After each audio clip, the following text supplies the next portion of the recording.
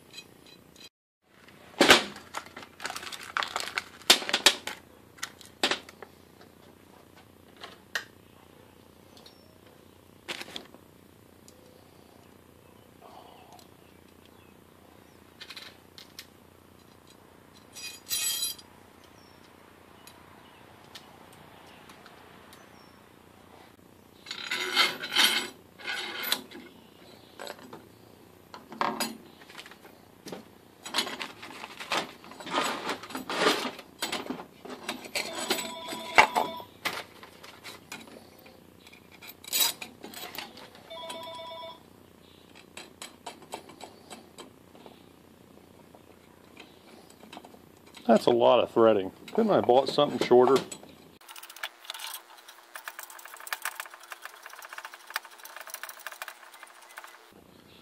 Alright, let's talk about this pooch before I screw it. I got me a puller set up here. Here's a 3-inch PVC coupler, which will accept the bearing shroud here, or the bearing shield. And I could pull the bearing and the shield out into this. I've got the this big gear here loose. I've got the set screw way backed out of this. I don't know why this is still locked to the shaft. And I've had one of these spindles apart, but it's been a long time. This set screw is loose, and I can move this collar a little bit, but I can't move it very far. So I'm going to put a little tension on this and see if something pops. This should be pulling the shaft into the coupling here.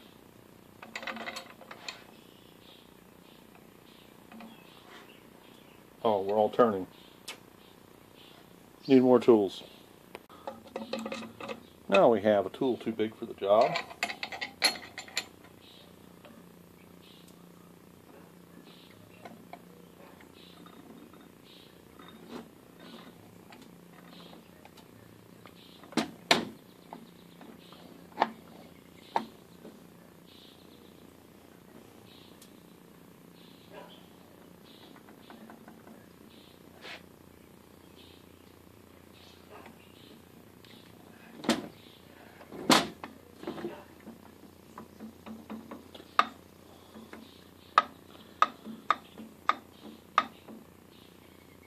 Alright, I'm going to take this apart and look at it.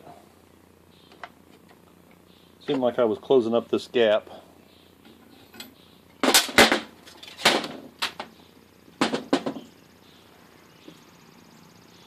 Yeah, I don't know if I moved that bearing shield or not.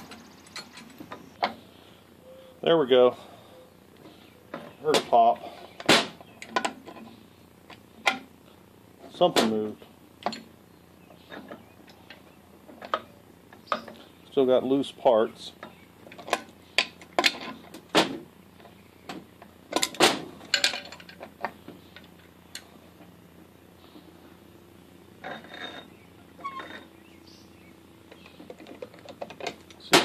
See if that shield moved.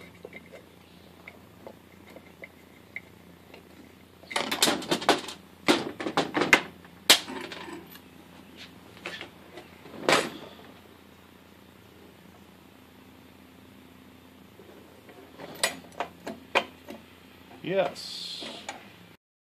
You can see I had to stop and clean this thing up. I just couldn't take it anymore.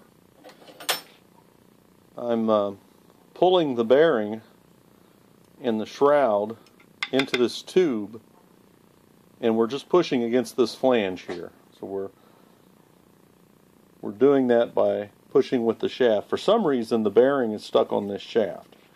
So once I get it out of here, I should be able to fix that. And it's normal to use the shaft to push against the bearing to push the shroud out anyways. And it looks like it's about to pop out in there.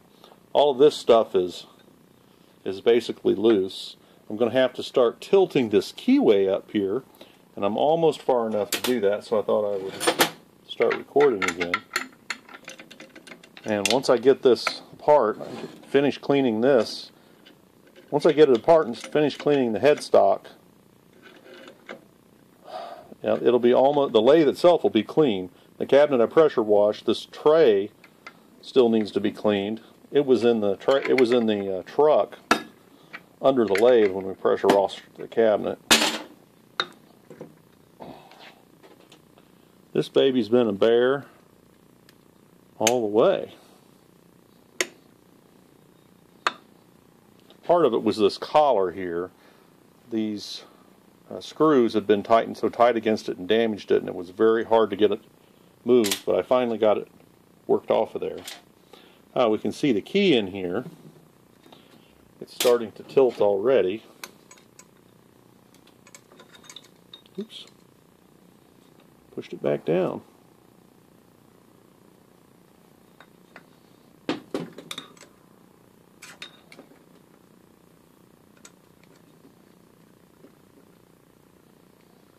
There we go. Look at that. Tilted it right out of there. Woodruff key.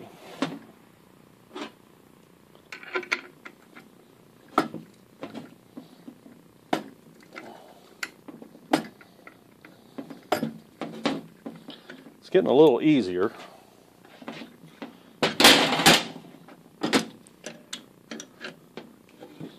This should sure be a lot easier job with a buddy to hold the wrench.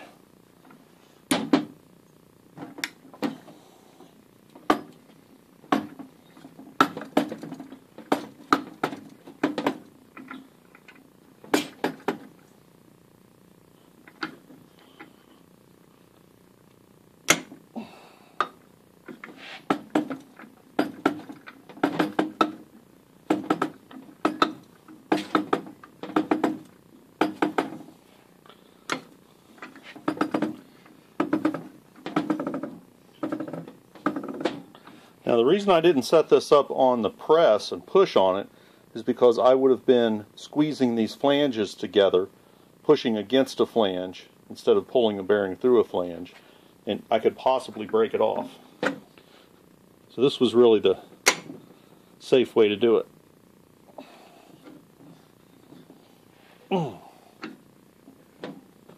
For some reason this gear's now tight. There we go.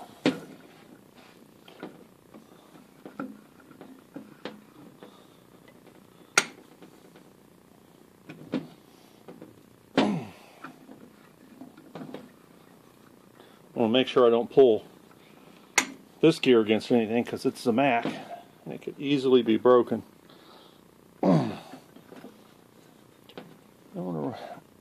It must be going over the set screw that was on the pulleys. Look around here, make sure it's not against anything.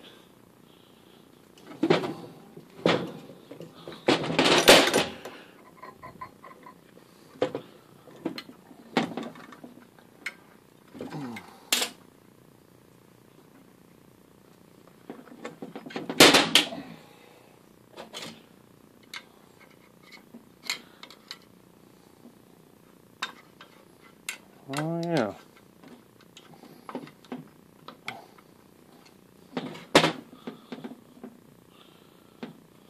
Now, I'm going to take this apart and study this before I break something.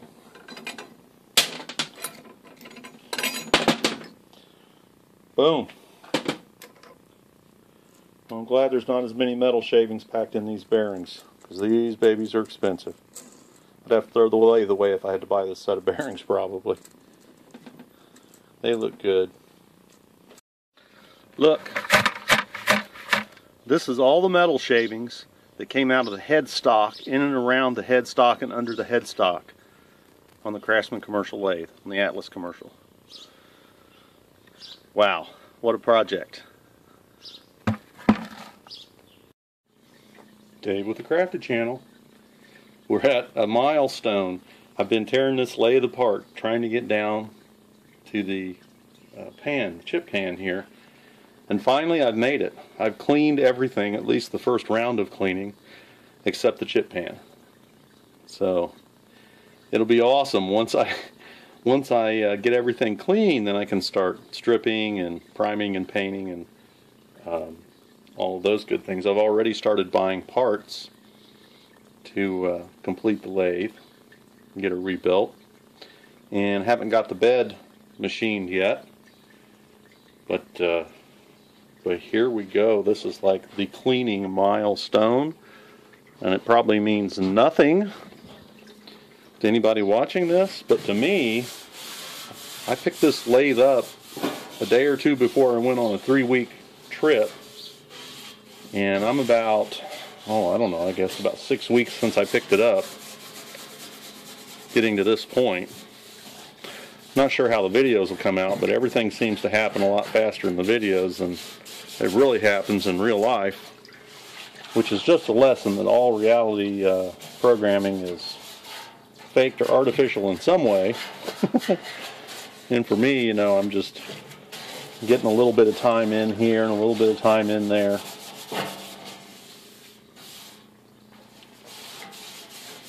On this project. Wow, isn't it amazing what a parts cleaning machine can do for you? These are my most underviewed videos on YouTube, getting this thing set up. But boy, do I use it. Very useful.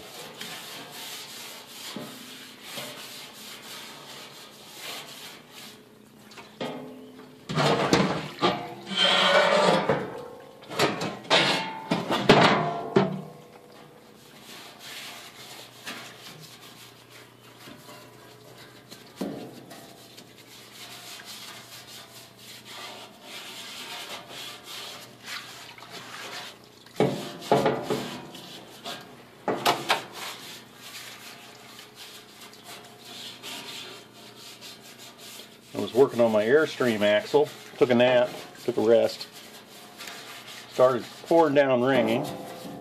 All my tools got wet, so I've just cleaned all those up, and while everything's drying outside, I'm getting a few more licks done on this lathe.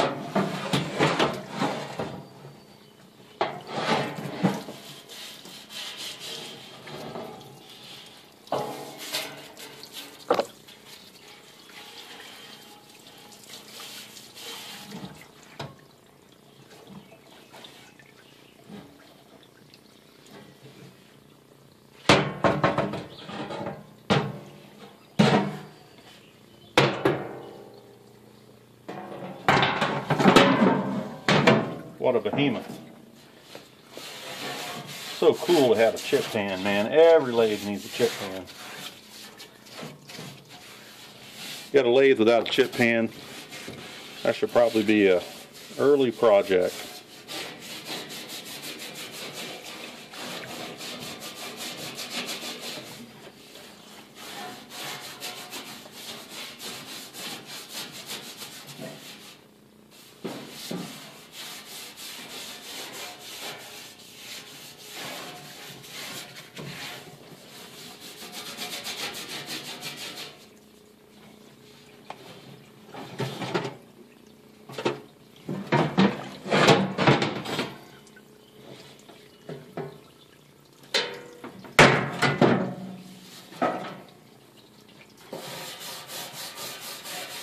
Wow, that's not rust. I was worried it was rust. It's just caked on ugliness.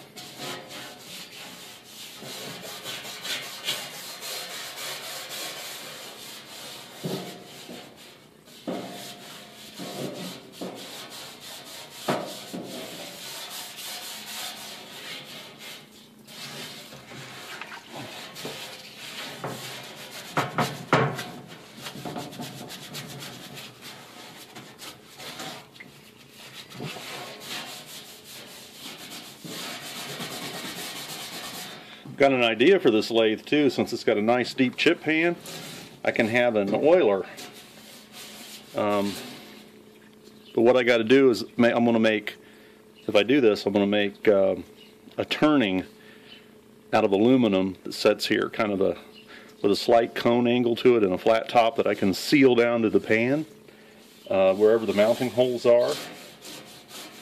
And then I can run a coolant system.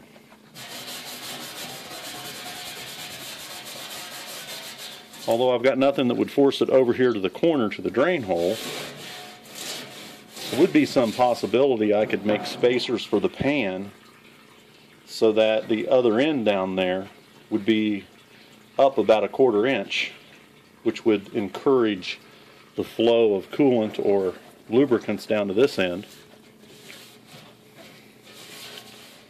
I don't know, something to think about.